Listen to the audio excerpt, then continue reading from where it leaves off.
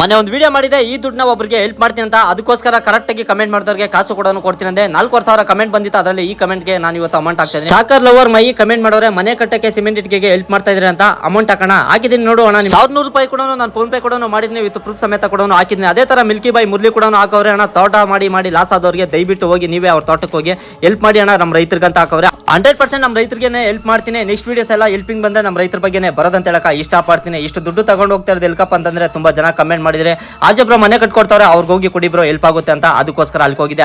ನಾನು ತಗೊಂಡೋಗಿರೋ ಅಮೌಂಟ್ ನಮ್ಮ ಆರ್ಜಬ್ರೋ ಕೂಡ ಸೇರಿಸ್ತೆ. ನಿಮ್ಗೂ ಡೌಟ್ ಇರ್ತೈತೆ ಎಲ್ಲಿಂದ ಬಂತು ನಿಂಗೆ ಅಮೌಂಟ್ ಅಂತ. ಇಷ್ಟು ದಿನ ವಿಡಿಯೋಸ್ ಮಾಡಿ ಯೂಟ್ಯೂಬ್ ಅಲ್ಲಿ ಹಾಕಿರೋದು, ಫಸ್ಟ್ ಪೇಮೆಂಟ್ ಯೂಟ್ಯೂಬ್ದು ನಾನು ಎತ್ಕೊಂಡು ಕೊಡ್ತಾ ಇರೋದು.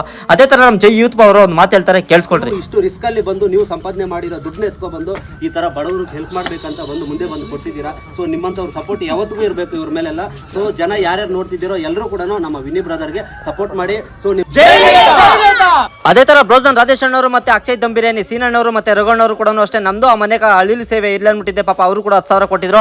ಅದನ್ನ ಎತ್ಕೊಂಡೋಗಿ ನಾನು ಇವತ್ತು ಆರ್ಜಬ್ರೋ ಕೂಡ ತಲುಪಿಸಿದೆ. ನಮ್ಮ ಬ್ರೋಜನ್ ರಾಜೇಶ್ ಅಣ್ಣವರು ಕೂಡ ಒಂದು 20 ಹಸು ಕೂಡ ಸಾಕ್ತಾರೆ. ಅವರು ರೈತರಾಗಿ ಕಷ್ಟಪಟ್ಟು ಮೇಲೆ ಬಂದು ಇವಾಗ ಬಟ್ಟೆ ಅಂಗಡಿ ಕೂಡ ಓಪನ್ ಮಾಡವ್ರೆ ಹೊಸಕೋಟೆ ಟೋಲ್ ಪಾಸ್ ಹತ್ರ. ನೀವ್ ಯಾರಾದ್ರೂ ವಿಸಿಟ್ ಮಾಡಿಲ್ಲ ಅಂದ್ರೆ ದಯವಿಟ್ಟು ಒಂದ್ಸಲಿ ವಿಸಿಟ್ ಮಾಡಿ. ಒಳ್ಳೆ ಆಫರ್ ಕೂಡ ಕೊಡ್ತಾವ್ರೆ ನಮ್ಮ ವಿಡಿಯೋದಲ್ಲಿ ಏನ್ ಹೇಳಿದೆ ಆ ಮಾತು ಕೂಡ ನಾನು ಇವತ್ತು ಉಳಿಸ್ಕೊಂಡೆ. ನಾನು ಮಾಡಿರೋ ಕೆಲಸ ನಿಮ್ಗೆ ಇಷ್ಟ ಆಗಿದೆ ದಯವಿಟ್ಟು ಎಲ್ಲರೂ ನನ್ನ ಪೇಜ್ ನ ಫಾಲೋ ಮಾಡಿ ಸಪೋರ್ಟ್ ಮಾಡಿ. ಇವತ್ತಿನ ಕತೆ ಇಷ್ಟು. ನಾಳೆ ಸಿಗ್ತೀನಿ ಫ್ರೆಂಡ್ಸ್.